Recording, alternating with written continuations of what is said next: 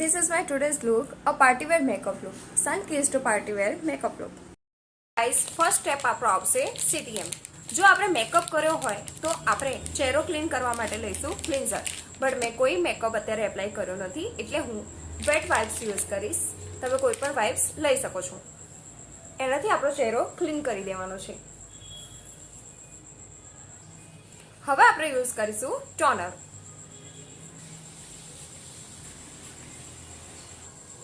જો ટોનર તમે આ રીતે સ્પ્રે ન કરવો હોય તો તમે કોઈ ટીશ્યુમાં આ રીતે લઈને પછી ડેબ ડેબ કરીને તમારા ચહેરા ઉપર લગાવી શકો છો.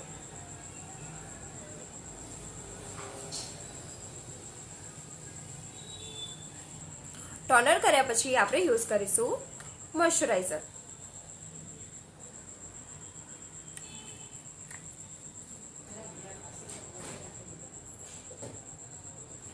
જો તમારે ફિંગરથી ના એપ્લાય કરવું હોય તો તમે એપ્લાય કરી શકો છો બ્રશથી, જેનું બ્રશ હું તમને બતાવી રહી છું. સો ગાઈસ, આ છે એનું બ્રશ. જો ફિંગરથી આપણે એપ્લાય ના કરવું હોય તો આ બ્રશની મદદથી આપણે એપ્લાય કરી શકીએ છીએ. આપણે પોતાના ઉપર મેકઅપ કરતા હોય તો આપણે યુઝ કરી શકીએ છીએ આપણી ફિંગરનો, બટ જ્યારે કોઈ કસ્ટમર ઉપર કરીએ છીએ ત્યારે આપણે યુઝ કરીશું બ્રશિસનો.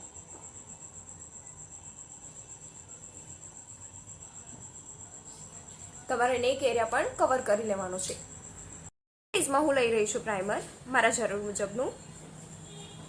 હવે સ્ટીપલિંગ બ્રશની મદદથી આપણે જ્યાં જ્યાં ઓપન પોર્સ હોય ત્યાં એપ્લાય કરીશું, જેમ કે આપણા નોઝ એરિયા, આપણો ચીન એરિયા, ફોરહેડ ઉપર અને ચીક ઉપર.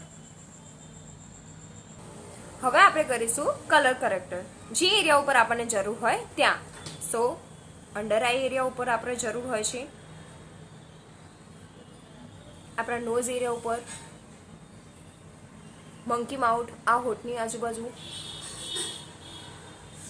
અને જ્યાં આપણને ડાઘા દેખાતા હોય ત્યાં આપણે કલર કરેક્ટર કરી શકીએ છીએ.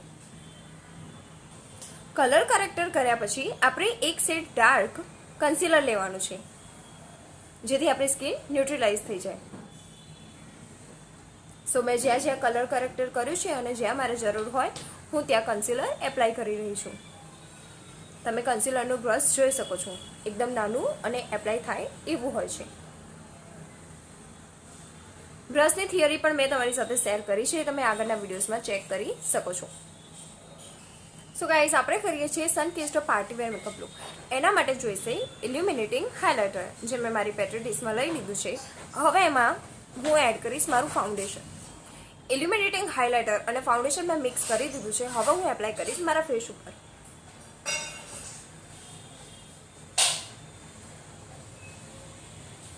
જેટલી ફાઉન્ડેશનની જરૂર હોય એ પ્રમાણે તમે એપ્લાય કરશો.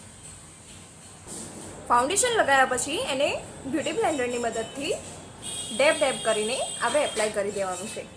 બિકોઝ આમાં આપણે યુઝ કર્યું છે ઇલ્યુમિનેટિંગ હાઇલાઇટર ડ્રોપ્સ, જે જલ્દી સુકાઈ જાય છે, તો એના કારણે આપણે સ્પીડ રાખવી પડશે.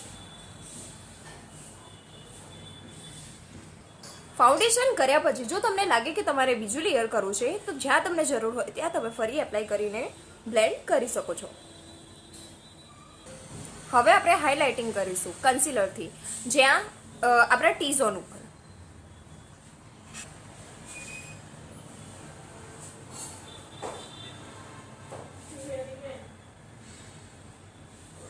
અને અંડર આઈ પર. હવે એને બ્યુટી બ્લેન્ડથી બ્લેન્ડ કરી દઈશું.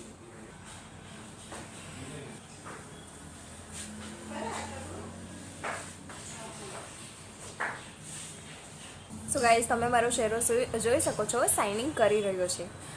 આ શાઇનિંગ આવી રહી છે હાઇલાઇટરના કારણે. આપણે યુઝ કર્યા છે ઇલ્યુમિનેટિંગ હાઇલાઇટર ડ્રોપ્સ ફાઉન્ડેશનમાં મિક્સ કરીને, જેના કારણે બેઝ એકદમ સરસ એવો શાઇનિંગ લાગશે. હવે આપણે કરવાનું છે ક્રીમ બ્રશ. આપણે એપ્લાય કરીશું બ્લશર, જેના માટે તમે કોઈ લિપસ્ટિક, કોઈ ટિન્ટ અથવા તો યુઝ કરી શકો છો તમારી પાસે જે ક્રીમ બેઝની લિપસ્ટિક પડી હોય એનું. સો મારી પાસે છે આ એસ્ટી લોડરની પેલેટ, જેનો હું યુઝ કરીશ. સો આપણે આમાંથી લઈશું કલર બ્રશ ઉપર અને પછી આ રીતે એપ્લાય કરી દઈશું. આપણે જરૂર હોય એ પ્રમાણે આપણે લઈશું.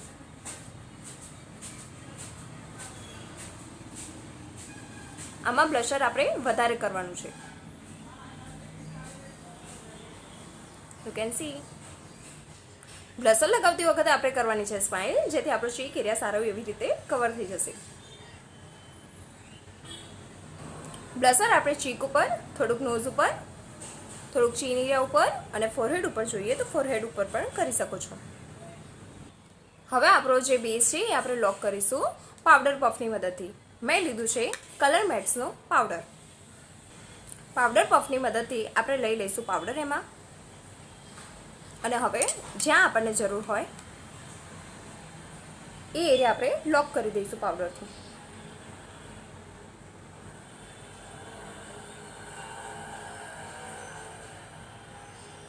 હવે આપણે કરીશું કંટ્રોલ. આ બ્લશરની નીચે આવશે,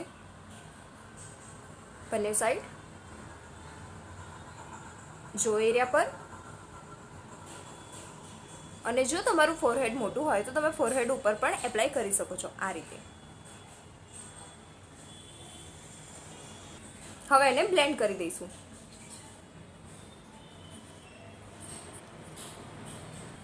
નોઝ એરિયા ઉપર પણ આપણે કંટ્રોલ કરવાનું છે બંને સાઈડ. આપણી એક ફિંગર રહે આ રીતે, તો બંને સાઈડ આપણે કવર કરી લેવાનું છે કંટ્રોલથી. સો ગાઈઝ, આપણો મેકઅપ ડન થઈ ગયો છે. હવે આપણે કરીશું આઈ મેકઅપ. સો એના માટે મેં પહેલેથી જ ફાઉન્ડેશન અને કન્સીલર એપ્લાય કરી દીધું છે મારી આઈઝ ઉપર, અને પાવડરથી લોક પણ કરી દીધું છે. સો હવે હું ક્રીઝ લાઇન કટ ક્રીઝ કરીશ. જે આઈ શેડો જોઈએ છે એ આપણે બ્રશમાં લઈશું. આ રીતે આપણે વધારાનું પ્રોડક્ટ કાઢી લઈશું અને હવે ક્રીઝ લાઇન ક્રિએટ કરીશું.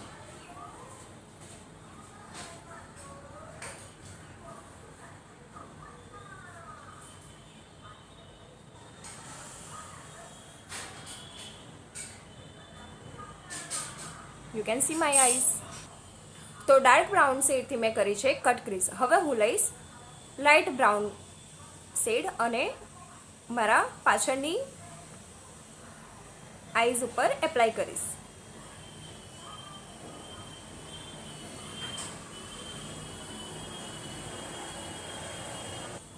સો ગાઈઝ, આ લુકમાં આપણે શિમરી આઈઝ કરવાની હોય છે. એના માટે તમે સીમર યુઝ કરી શકો છો, અથવા તો તમારી પાસે હોય સીમર ટાઈપની આઈ શેડો, તમે એનો પણ યુઝ કરી શકો છો. સો હું યુઝ કરી રહી છું આ શેડ. સો આપણે જે સીમર એપ્લાય કર્યું છે એને આપણે આ રીતે એપ્લાય કરીને પછી આઈઝ આપણે ક્રીઝ લાઇન સાથે મર્જ કરી દેવાનું છે, જેથી આપણે આઈઝનો લુક ખૂબ જ સરસ આવશે. You can C it. હવે હું એપ્લાય કરીશ આઈલાઇનર. સો ગાઈઝ, આ આઈલાઇનર મારી પરફેક્ટ થઈ ગઈ છે ફોક્સી આઈઝ માટે, બટ મારી આ આઈલાઇનર બગડી ગઈ છે. હવે હું શું કરીશ, બગડી ગઈ છે તો એને સુધારવા માટે હું લઈશ મોઇશ્ચરાઇઝર. આ રીતે એપ્લાય કરીશું આપણે, અને જે એરિયા આપણો બગડી ગયો છે એના ઉપર આપણે આવી રીતે ધીરેથી લગાવીશું, અને પછી જે આપણો ક્લીન એરિયા છે એની મદદથી આપણે આ રીતે હટાવી લઈશું. સો તમે જોઈ શકો છો સારી એવી આઈલાઇનર મારી હટી ગઈ છે. હવે હું એને સરખી કરી દઈશ. ગાઈઝ, હવે આપણે વોટર લાઇનમાં પણ લઈ લઈશું બ્રાઉન શેડ અને એપ્લાય કરી દઈશું.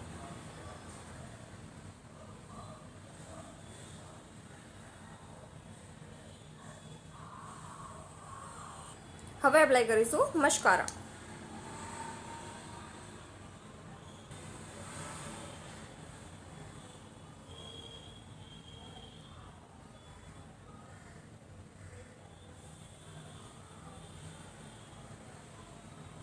સો ગાઈઝ, આઈસનું ખૂબ જ ધ્યાન રાખજો, બિકોઝ મસ્કારા લગાવતી વખતે આપણે આઈસ ક્લોઝ થઈ જાય છે.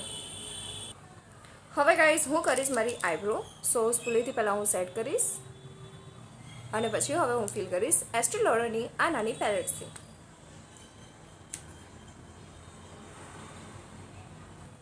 ઓલમોસ્ટ મારો આઈ મેકઅપ પણ ડન થઈ ગયો છે. હવે હું કરીશ લિપ. તો લિપ ઉપર પણ આપણે ક્રીમ પેસ્ટ એવી લિપસ્ટિક કરીશું, અથવા તો જે બ્રાઉન શેડ હોય, લાઇટ શેડ હોય એ આપણે યુઝ કરીશું આપણે લિપ્સ ઉપર. સો મારી પાસે બે શેડ છે. આ શેડથી હું કરીશ આઉટર એરિયા ઉપર અને ઇનર એરિયા કરીશ હું લાઇટથી. Makeup almost done. See my final look. So guys, આ છે મારું final look. You can see a shining glossy look on my face. This is my today's work. તમને કેવું લાગ્યું કોમેન્ટ ડાઉન જરૂર કરજો. લાઇક શેર એન્ડ સબસ્ક્રાઈબ કરજો મારી યુટ્યુબ ચેનલને. Thanks for watching my video. Bye bye guys. અને હવે તમારે નેક્સ્ટ લુક કયો જોવો છે એનું કોમેન્ટ ડાઉન પર તમે કરી શકો છો. મારા વિડીયોઝ તમે ક્યાંથી જોઈ રહ્યા છો એ પણ તમે કોમેન્ટ કરી શકો છો. Thanks for watching my videos and you can see today my foxy eyes too.